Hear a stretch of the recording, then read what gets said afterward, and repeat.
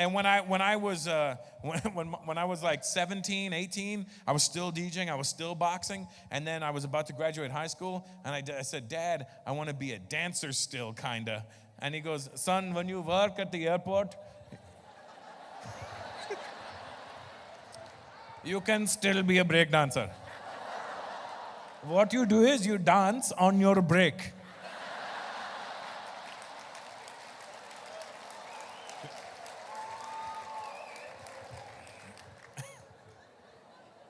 I thought I wanted to be a dancer, right? I was like, I want to be a dancer because back then this shit didn't exist. There was no hip-hop classes back then. If you have kids, you know you send them to dance school and they have, what's your kid doing? My kid's doing hip-hop classes. There was no fucking hip-hop classes in the 80s. You were a break dancer or you were a fucking one of these, right? And I didn't know that shit existed. I walked into a dance school, I'm like, yo, I want to be a dancer. They're like, so do we. And I was like, whoa,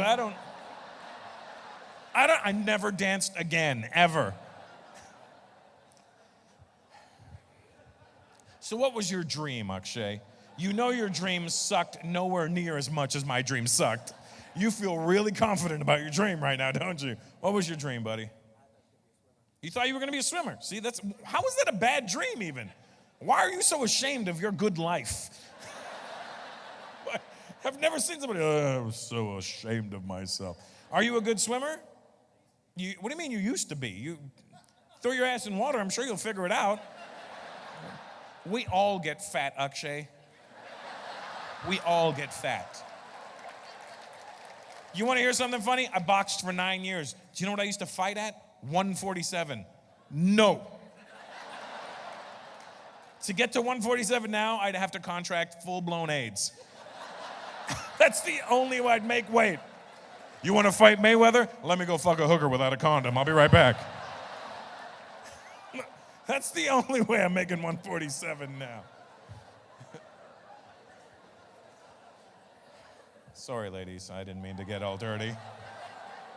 You know what's funny is when you're a comic, you're on stage, right? You're aware of your whole room, and you mark people in your head. That's stop recording me, just watch the fucking show.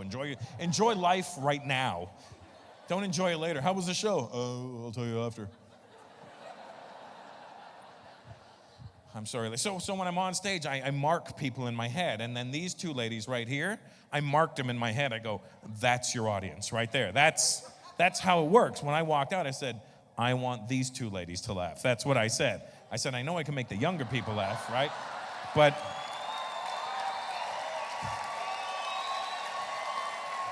in my head, I walked out and went, clock, those are the ladies I'm clocking in my head. And the black guy behind you, because he looked like, I don't know about this young motherfucker. But and you don't know that that's an old black guy. You can't tell, right, ladies? You can't. You ever look at a black person and try to guess their age? Don't, because you can't tell. Black people don't age on the outside. That man could be 190 years old. We don't know. If you ever want to know a black person's age, you have to talk to them.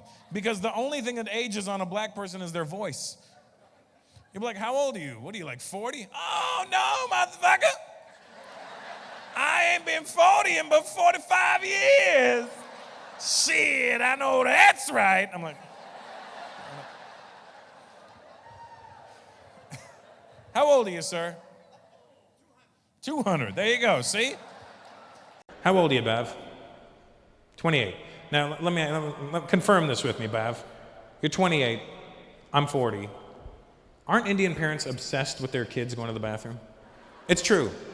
From the age of 3, when you start going by yourself, for the rest of your life, your parents want to know what's going on in there. I'm 40 years old. If I go to my mom's house, Mom, can I use the bathroom? What do you want to do? Whatever I want to do, I can do it myself. You cannot go to the bathroom around your parents. Indian parents, they want to know. There's always like they want to know before you go in. There's like the pre-game interview. And then there's like the post-show press conference when you come out. I remember 5 years old, I go to my dad, Dad, I got to go to the bathroom. He goes, okay. Big job or small job? What? Big job or small job? I don't know, I got a shit.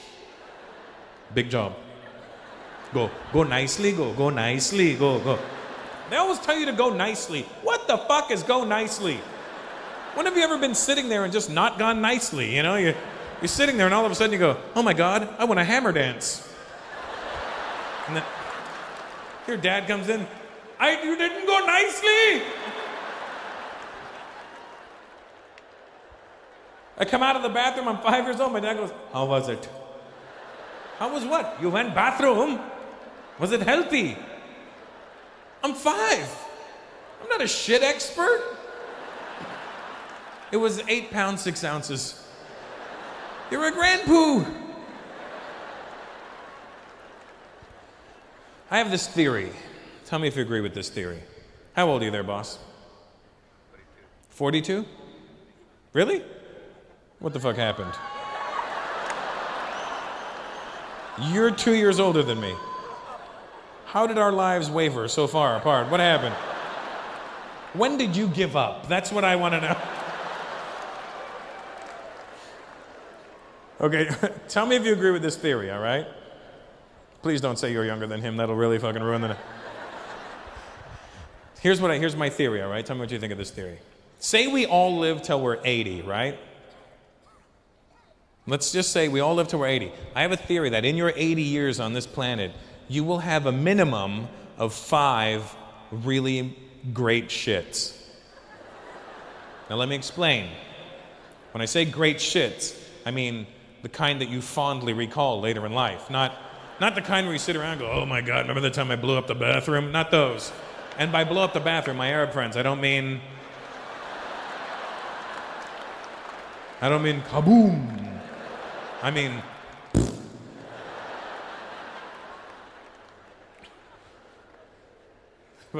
when I say fondly recall, I mean the kind where, you know the kind of where you come out of the bathroom and you feel lighter? You go in feeling full and you come out and you're like, oh my God. You shit out everything you've ever eaten in your life. And not in a bad way, in a very comfortable way. Like you come out of the bathroom like, I don't think I have diabetes anymore. I think I just shit my cancer out, is what I did.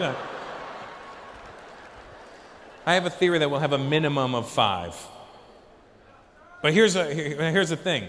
When my dad was alive, towards the end of my dad's life, he got very sick, and the doctor told my dad, he said, Mr. Peters, you're going to need to increase your fiber intake.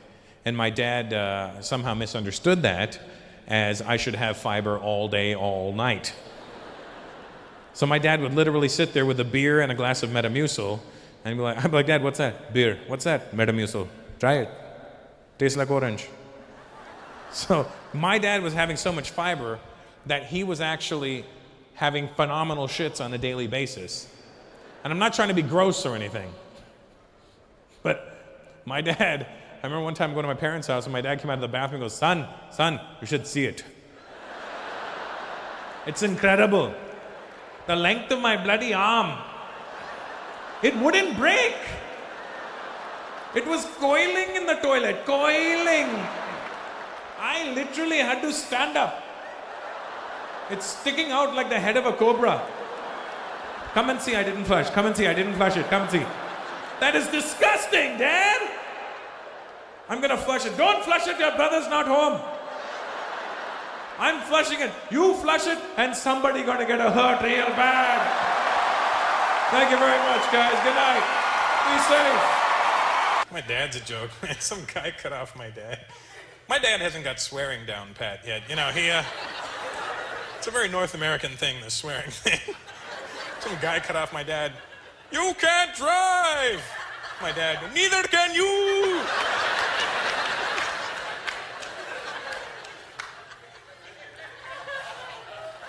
It's funny how different fingers mean different things, huh?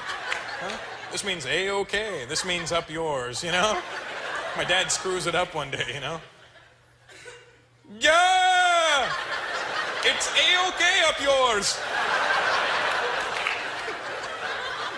Any hockey fans here tonight?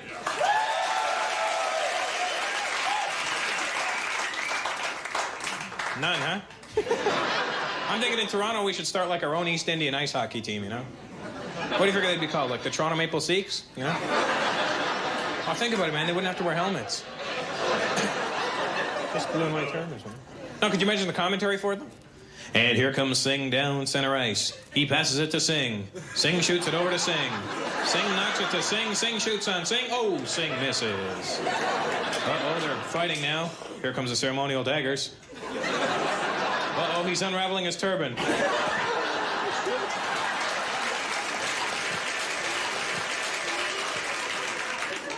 Uh-oh, they're in a corner now. What's this? They're opening up a store.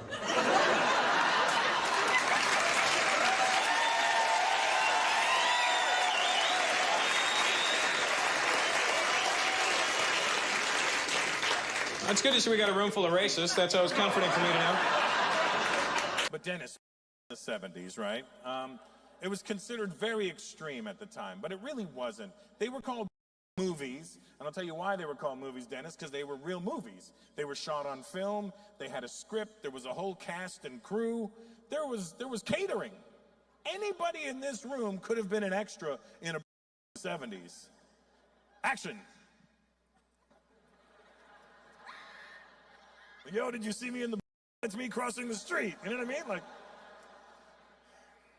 and they really weren't like that. It was sure because there was sex in it, but they were really about the story. The movies were about stories. You know where you had to go to see a to a movie theater.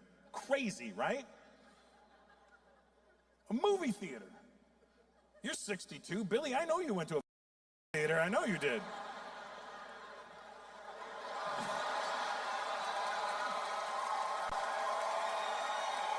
Yeah. Shit, I wouldn't be surprised if you started in a I mean, yeah.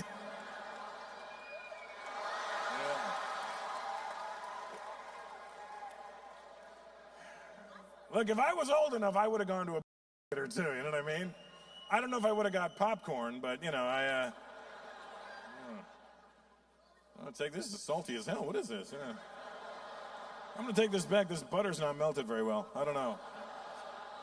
It's gross. Spider-Man. No,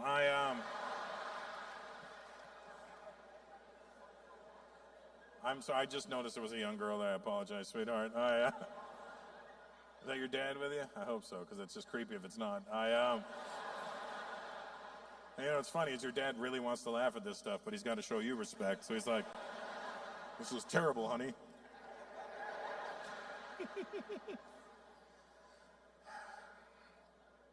But movies were like 100 minutes long.